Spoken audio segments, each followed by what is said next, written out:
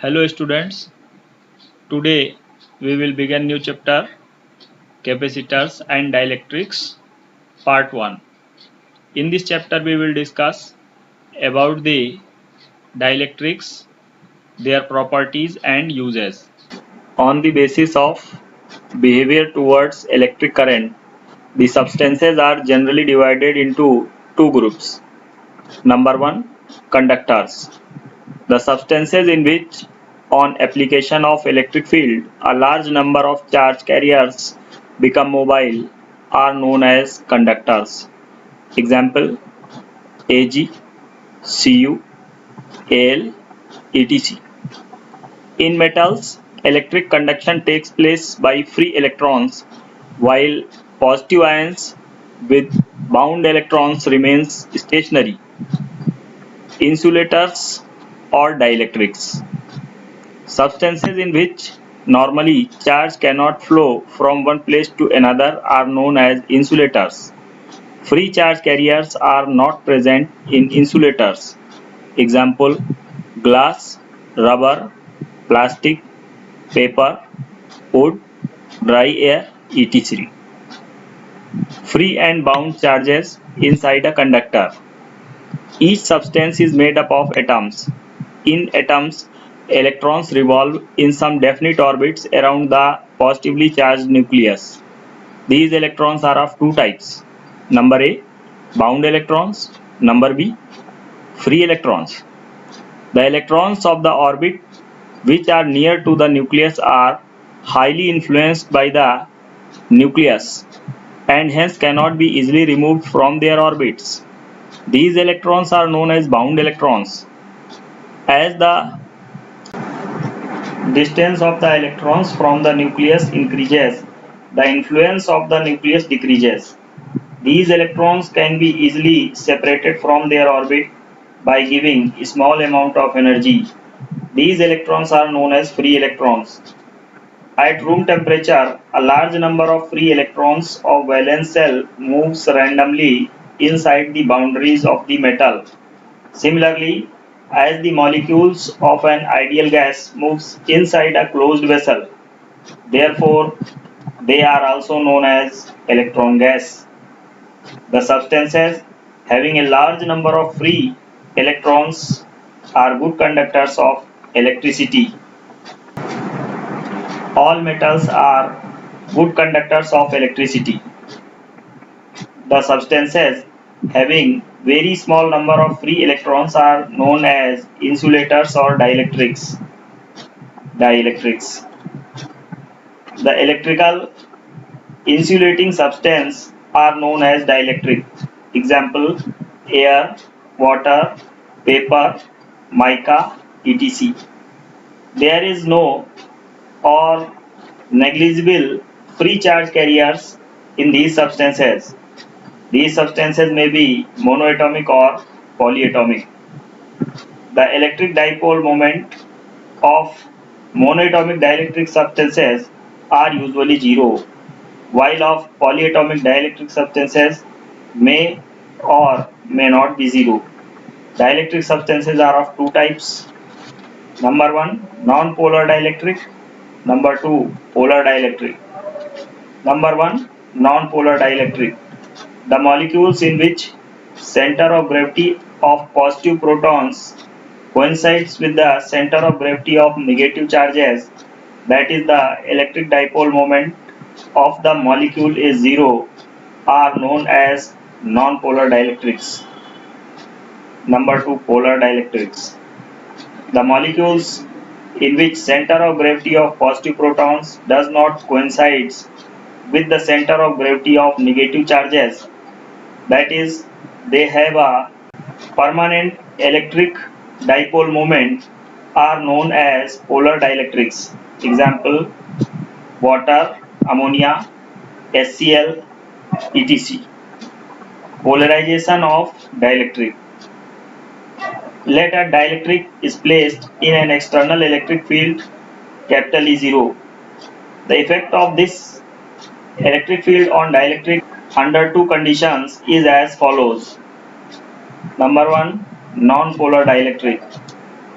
In absence of external electric field, the center of gravity of positive and negative charges of the molecules or atoms of a non-polar dielectric coincide with each other. Figure A.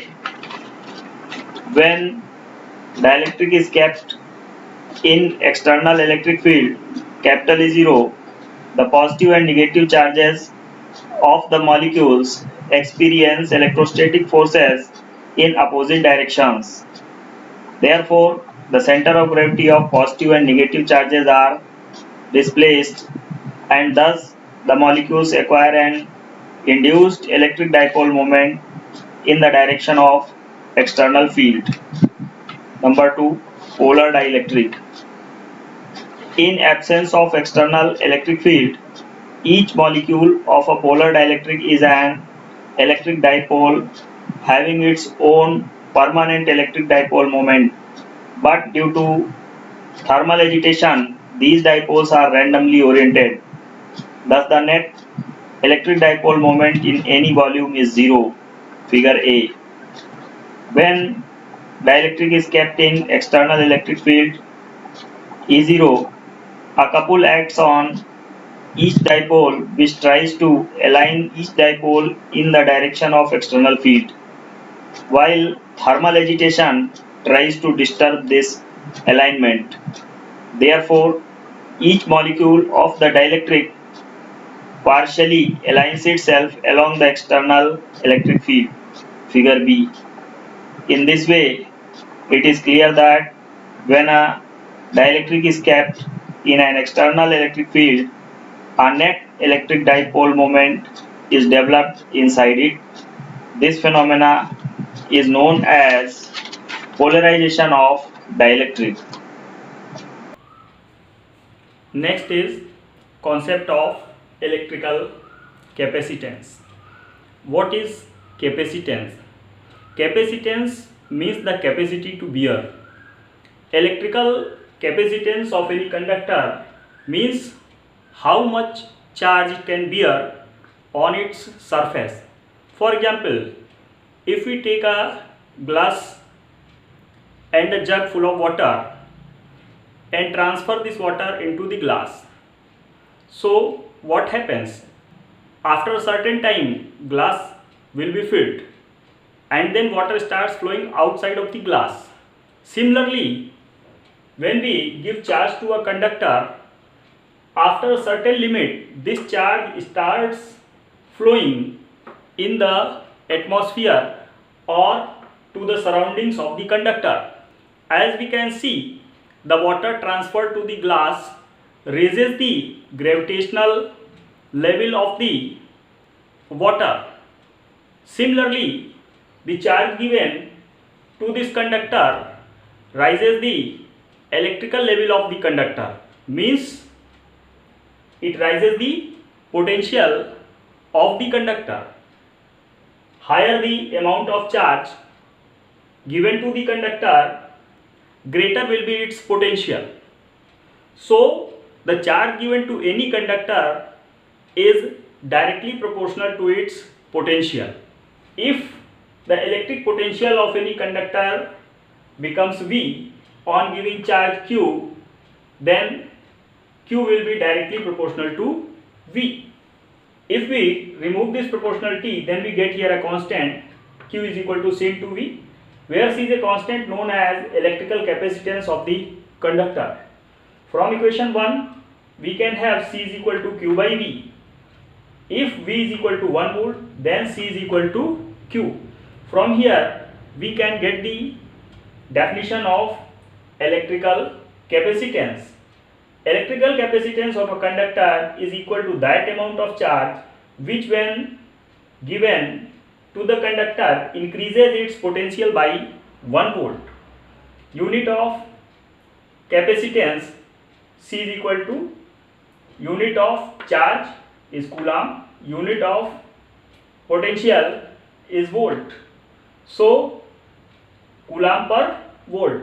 This is known as farad and written as capital F. Dimensions of C. Dimensions of C, coulomb is AT, volt is M, L2 T minus 3, A minus 1. it becomes m minus 1 L minus 2 T4A2. Next is capacitance of an spherical conductor. On the same concept which I have discussed here, I will calculate the capacitance of a spherical conductor. Let us take a spherical conductor of radius A, which is kept in a dielectric medium of constant K, and charge Q is given to this spherical conductor. When charge Q is given to the conductor, it will get distributed over the surface uniformly. Suppose on giving charge Q to this conductor, its potential becomes capital V. So the potential on the surface of this conductor due to this charge Q will be V is equal to 1 upon 4 pi epsilon 0 K Q upon A. This is the potential on the surface of this conductor. Therefore, according to this definition, what is the capacitance of this conductor? C is equal to Q by V. Here we know the value of capital V. We will substitute this value here. We get this equation. On solving this, we get C is equal to 4 pi epsilon 0 K A. You can easily notice that capacitance of a spherical conductor is directly proportional to its radius.